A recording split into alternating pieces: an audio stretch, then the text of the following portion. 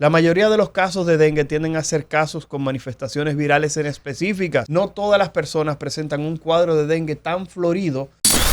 No se diga más por Top Latina 101.7 FM. Amigos, de vuelta, no se diga más a través de Top Latina. Recuerden, pueden seguirnos a través de nuestras redes sociales. No se diga más radio en Instagram, no se diga más RD en X. Y también disfrutar de nuestras entrevistas tanto en YouTube como en Spotify. Bueno, vamos a darle la bienvenida a uno de nuestros invitados de siempre en No se diga más. Casi que podemos decir nuestro médico de cabecera, aunque nos tenía un poco abandonados.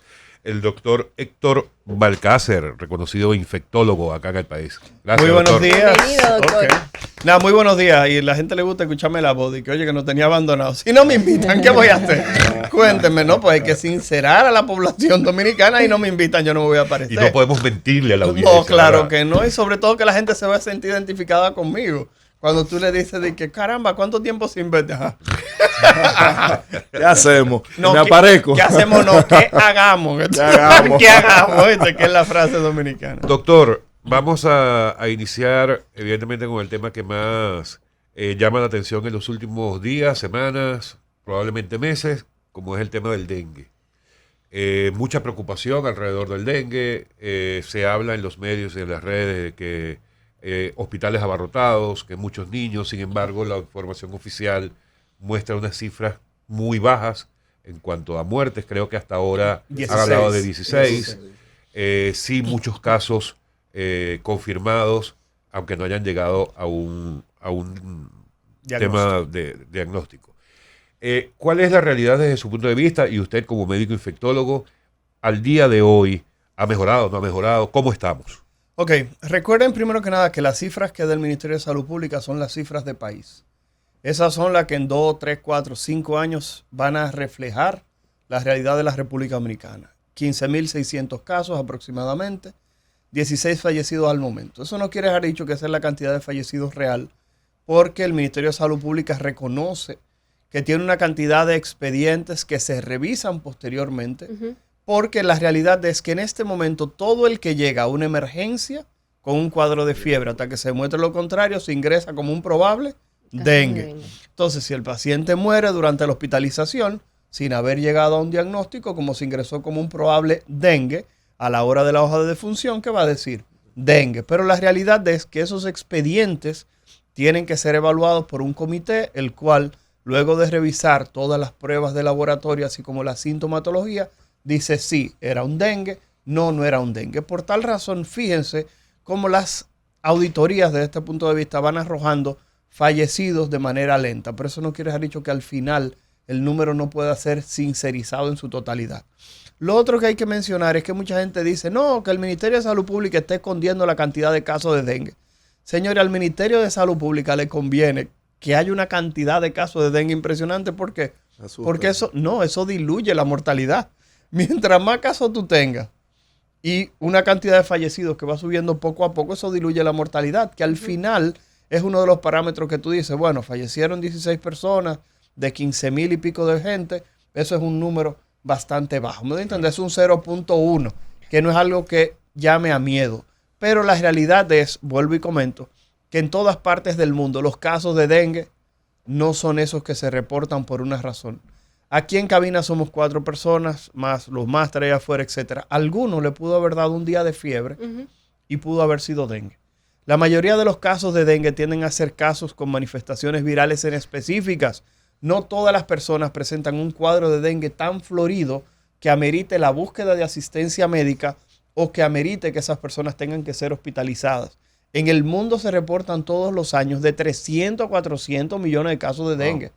Y repito, el subregistro tiende a ser cerca de 10 veces. Lo que quiere decir que ustedes me preguntan, Balcácer, ¿cuál es la cifra real de dengue en el país? Posiblemente, si tú lo multiplicas por 10, tendríamos 156,000 casos de dengue. Pero Balcácer, ¿eso es bueno o es malo? No, es la realidad. El dengue es una enfermedad que muchas veces presenta una patología sin grandes manifestaciones y es la forma más frecuente. Las personas que observamos en las emergencias simplemente es un porcentaje de esto. A ver, el 52% según el último informe, el 52% Eso sí llamó la va o acude a los centros de salud.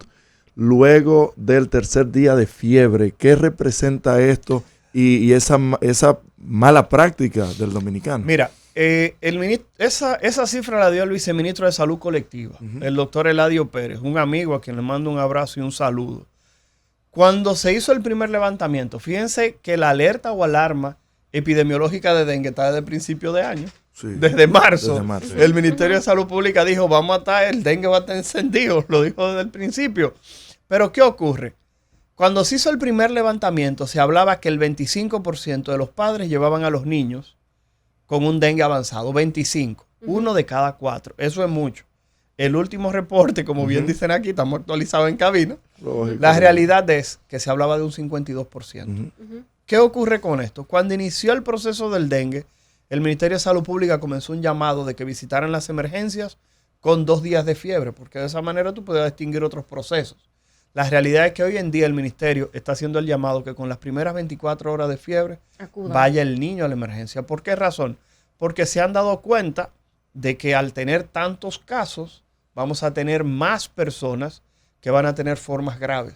Y en este sentido, los niños deben visitar una emergencia tan rápido como 24 horas. Otra cosa. ¿Por qué 24 horas? Sobre todo a esa clase media dominicana que visita clínicas. Porque actualmente se dispone de una prueba que, si bien es cierto, el seguro no lo cubre, te dice si tienes dengue tan rápido como desde el primer momento que presentas fiebre. Y mucha gente dice, Balcázar, pero ¿qué importancia tiene eso? ¿Qué importancia tiene eso? Si usted como padre tiene a su niño de 7 años haciendo fiebre y con esta cantidad de dengue que hay, a una madre se le arruga el corazón pensando será dengue o no. Y si tú tienes la posibilidad de hacer una prueba que tiene una capacidad de encontrar dengue por encima del 95%, no importa lo que cueste, los padres dominicanos dicen, la salud no tiene precio. Claro. Y ese niño va a salir de esa clínica con su prueba de dengue hecha. Yo que trabajo en la UCE, les puedo decir a ustedes que allá en el centro médico se instauró esa prueba por la gran cantidad de pacientes febriles. Pero ¿cuál es la ventaja? Usted llegó a la emergencia con un cuadro de fiebre, lo evalúan e inmediatamente les recomiendan la prueba. Si usted tiene la disponibilidad de hacerse la prueba, no, se llama panel de arbovirus. Es todavía más sensible porque la NS1 te puede detectar del primer día de fiebre, pero la sensibilidad es solamente del 50%, o sea que diagnostica el 50% de los casos. La prueba que se llama panel de arbovirus te detecta dengue en más del 95% de los casos, pero escucha esto, te detecta también si es Zika, si es chikungunya, si es fiebre amarilla y te dice el tipo de virus del dengue. O sea, te reporta todo esto, los diagnósticos diferenciales principales y de paso, escuchen esto, que es de la parte más chula, el panel de arbovirus te da el reporte de 4 a 6 horas. Wow. O sea que tú, de 4 a 6 horas ya tú tienes si es dengue o no, qué tipo de virus del dengue y te dice que no es Zika, que no es chikungunya, que no es fiebre amarilla. Te lo da todo. Te da hasta fiebre del oeste del Nilo, de paso también. Ay, Dios. Lo que quieres ha dicho que es una prueba bastante sensible, más del 95%. ¿Y el costo? Se entrega de 4 a 6 horas. Lamentablemente, como dije, el seguro no la cubre. Y cuesta 6.500 pesos. Pero es lo que estoy diciendo. Salud no tiene la clase media dominicana no relaja con eso. No. Claro. Cualquiera de los que estamos aquí en cabina, un niño lo pone malo. Pero y tiene fiebre. No lo piensa. Y eso uno no lo piensa porque la realidad es que tú sabes que es dengue, ya tú sabes cómo accionar. Claro. Ya tú tienes unas medidas preventivas completamente diferentes, porque aquí cuando un niño hace fiebre, si es chiquito, la mamá comienza, no, esos son los dientes. Claro. Sí. No, que es una fiebrecita porque tiene diarrea. La realidad es que con esta prueba tú vas a tener el diagnóstico de inmediato. Precisamente, doctor, ahora estamos en época también de influenza. ¿Cómo podemos distinguir el dengue de la influenza? Mira, la realidad es que la influenza tiende a tener manifestaciones respiratorias predominantes y los pacientes van a presentar un cuadro con moco, con tos, con estornudo, pero lamentablemente como son dos procesos que producen fiebre elevada, la mayoría de las personas cuando yo los veo en el consultorio, les mando a hacer una batería de cosas. Les mando a hacer su hemograma, un marcador de inflamación. Esto es importante, padres. A todos les mando a hacer gota gruesa, que es la prueba de malaria. ¿Por qué? Porque sé que hay varias personas. Lo que pasa es que recuerden que la malaria también es endémica, malario-paludismo, es endémica en República Dominicana y es el diagnóstico diferencial más importante del dengue en nuestro país. Personas que han muerto por dengue Y al final, cuando se evalúa el paciente o la persona que falleció, lo que tenía era una malaria que pasó por debajo de la alfombra. Ay, Dios. Porque la malaria, si no se trata, puede producir problemas pulmonares, problemas cerebrales, problemas hepáticos y el paciente morir. Entonces, hemograma, marcador de inflamación, gota gruesa, el panel de arbovirus que se hace ahí mismo en la UCE. Y lo otro que estaba diciendo es que tratamos de descartar leptospira o no, influenza o coronavirus si el paciente tiene algún dato respiratorio. Reconocer que el problema con el dengue es que no existe un tratamiento específico. Al no existir un tratamiento específico, es una enfermedad dependiente de tiempo. ¿Por qué? Porque en el dengue lo que hay es un colapso vascular. ¿Qué es un colapso vascular? Los vasos sanguíneos se cierran porque la persona se deshidrata. ¿Por qué? Porque el líquido sale hacia los tejidos. Por eso ustedes ven que los pacientes con dengue, cuando están malitos, tienen la cara hinchada, la mano hinchada, los pies hinchados. ¿Por qué? Porque el líquido que tenía que estar dentro de los vasos sanguíneos se fue para los tejidos. Entonces, esa sangre que no está en el vaso sanguíneo, ese líquido hace que el vaso se cierre. Al cerrarse el vaso, eso quiere dejar dicho que llega menos sangre al cerebro, al pulmón, al corazón, al hígado, a los riñones, y el paciente se muere.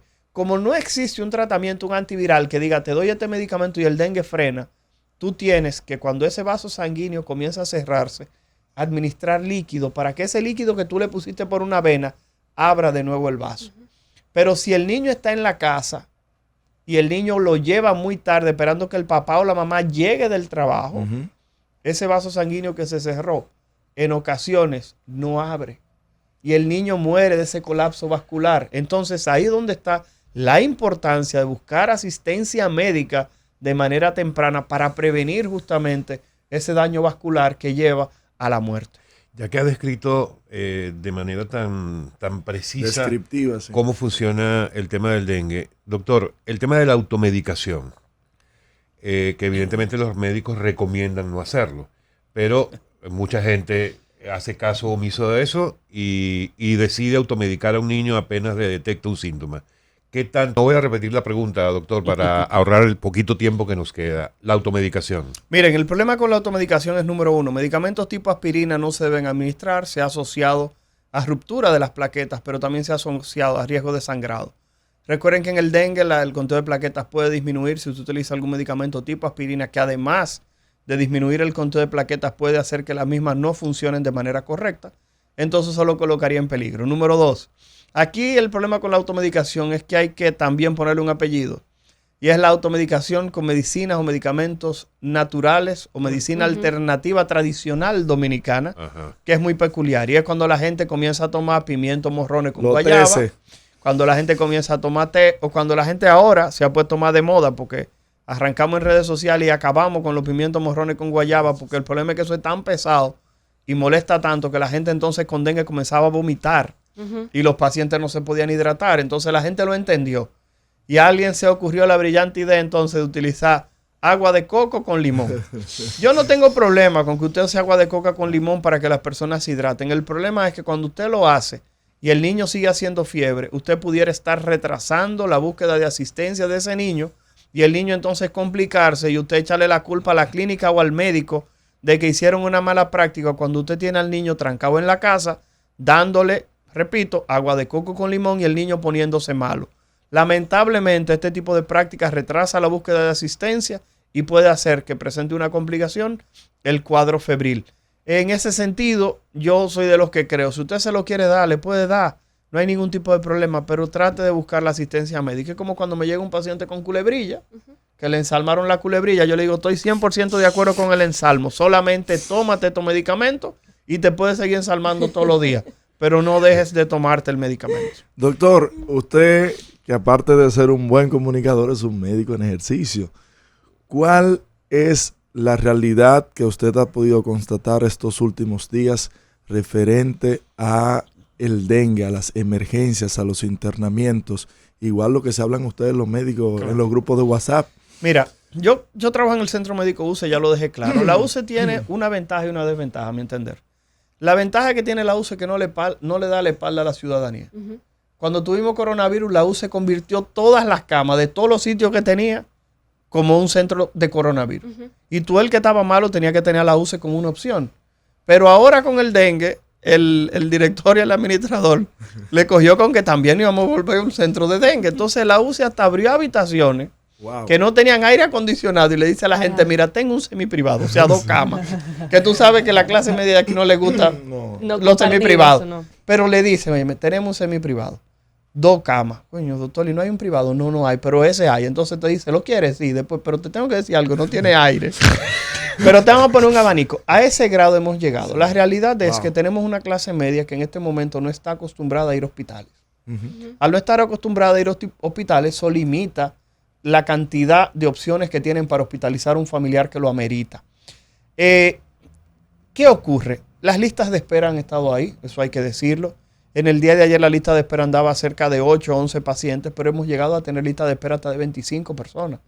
Y hemos tenido, como estaban diciendo por ahí, en el chat de los médicos, el administrador, el doctor Polonio, escribí, a los médicos que tienen pacientes hospitalizados dentro de lo posible, aquellos que se encuentran en condiciones estables, favor despachar para poder dar cumplimiento a esas personas que en ocasiones tienen hasta 1 y 2 días amaneciendo en emergencia canalizado.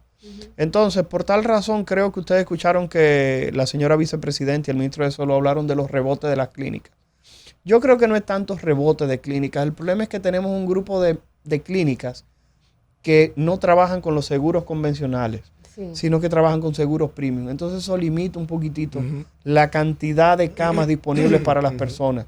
Yo creo que el ministerio, esto es una recomendación muy humilde, ver de qué manera se pudiera reunir con estas clínicas y que un porcentaje de sus camas lo dispongan para personas que tienen seguros comunes y vulgares, que no tienen que ser seguros premium. ¿Me doy a entender? Porque aquí hubo clínicas durante el coronavirus que se dieron el lujo de decir que no atendían coronavirus. Ay, no. En un momento en el cual había gente poniéndose tanques de oxígeno en su casa. Entonces yo entiendo que quizás esa parte, en una situación de emergencia como la que nos encontramos, debía ser hasta automático. Tenemos un problema con el dengue. Usted es una clínica que solamente acepta seguro premium. Usted como quiera me va a dar un 10% de su cama y el personal, el ministerio lo va a asumir como. De cualquier forma, médicos militares, médicos pasantes, especialistas de otros centros que no están brindando servicio a dengue que lo hagan. Nos estamos hablando de que hay muchas formas, pero la realidad es que la clase media, que es la que más comunicación hace en redes sociales, es la que también genera en parte esa preocupación. Ahora, en todo caso, doctor, y analizando ya todo lo que usted nos ha comentado, el tema de las listas de espera, o sea, la realidad, usted como médico infectólogo, experto en esa área, al día de hoy, ¿es preocupante el tema del dengue o vamos por buen camino? O sea, ¿o hacen falta medidas adicionales? Lo que pasa es que de marzo aquí que se hizo la alerta, la realidad es que los casos de dengue han estado presentándose. Número 1, tenemos una variante de dengue que tenía cerca de 5 años que no circulaba en el país. Lo que quiere dejar dicho que todos los niños que tienen de 6 años hacia abajo son susceptibles porque no tienen defensa. Número 2, hay que reconocer que este ha sido un año de mucha precipitación y aquí llueve todos los días. Número 3, tenemos unas condiciones cercanas al hogar y en los barrios donde hay muchísima goma tirada, muchísimos cacharros que permiten la multiplicación del mosquito. Número 3, el calentamiento global ha hecho que ese ciclo de multiplicación del mosquito se acorte. Y por último, simplemente decir lo que estamos mencionando. No estábamos preparados realmente, ningún sistema de salud está preparado para procesos como este que incrementa este número de casos. La verdad es que el dengue, yo entiendo que en los meses por venir, posiblemente diciembre, va a ser desplazado por otras enfermedades respiratorias, sobre todo cuando comiencen a llegar nuestros hermanos de los Estados Unidos que van a traer todo ese moquillo de allá para acá. Y los casos de influenza y de coronavirus, entiendo que a mediados de noviembre y principios de diciembre van a dispararse nueva vez. Voy a tocar madera para que no pase mucho. Pero eso es lo que se espera que ocurra. Doctor. ¿Por qué nos trae esa noticia hoy viernes, doctor? Pues vengo el lunes, lo digo otra vez. Pero eso es lo que yo entiendo que va a ocurrir. Se ha visto en la ciudad un incremento de jornadas de fumigación. Te ve que con una persona con unas máquinas. ¿Qué tanto ayuda a mitigar eso, el tema del dengue? Bueno, desde el punto de vista comunicacional es una medida fabulosa. ¿Ay? Desde el punto de vista práctico, yo lo he dicho desde el inicio, a la gente le gusta que hagan eso.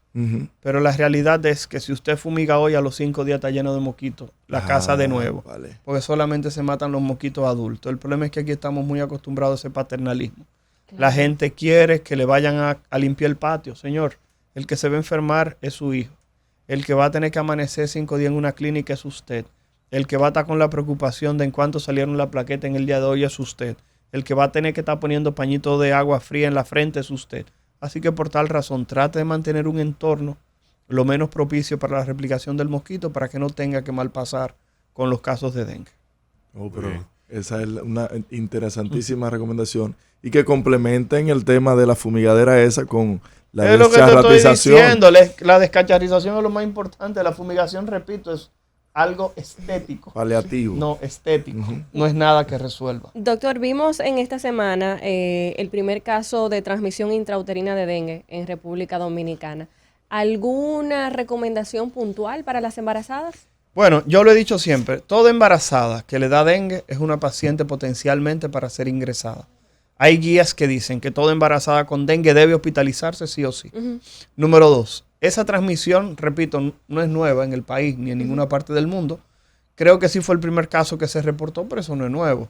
La realidad es que existe un 20% de probabilidad de que si una madre o una embarazada en las últimas semanas del embarazo se infecta con dengue, el niño puede nacer con la enfermedad.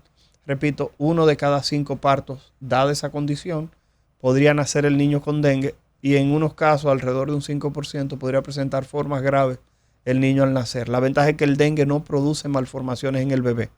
Así que aquellas madres que están escuchando el programa, si le da dengue, no se preocupen, que eso no le va a crear ningún tipo de problema al niño, pero sí necesitan quizá estar hospitalizada porque se ha asociado a parto prematuro, parto inmaduro y a aborto. Así que a cuidarse mucho, sobre todo las embarazaditas. Y recuerden que no todos los repelentes se pueden utilizar durante el embarazo. Recuerden, repito, no todos los repelentes se pueden utilizar por el embarazo porque puede producir problemas en el sistema nervioso en los niños. Muy bien. Bueno, ya escucharon, amigos. Doctor, muchísimas gracias por acompañarnos el día de hoy. Un placer. Como siempre, muy didáctica e interesante la conversación. Gracias con por usted. invitarme en tan escuchado programa. Sí, es verdad. Claro, Es el verdad. cliché. Gracias, doctor. Mire, doctor, ¿y usted tiene espacio como para ser de vocero del Ministerio de Salud? Porque le iría muy bien. al Mira, Ministerio la de realidad es que yo nunca he tenido un nombramiento del Ministerio de Salud Pública, pero sí entiendo que alarmar no ayuda. Entiendo que usted debe tratar de orientar y sobre todo tumbar algunos mitos.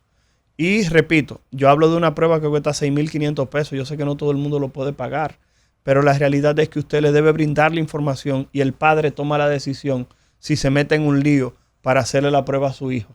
Yo hablo aquí de medidas, por ejemplo, y he dicho siempre, creo que las clínicas que no están viendo dengue porque tienen algunas restricciones desde el punto de vista económico, deben también poner su granito de arena.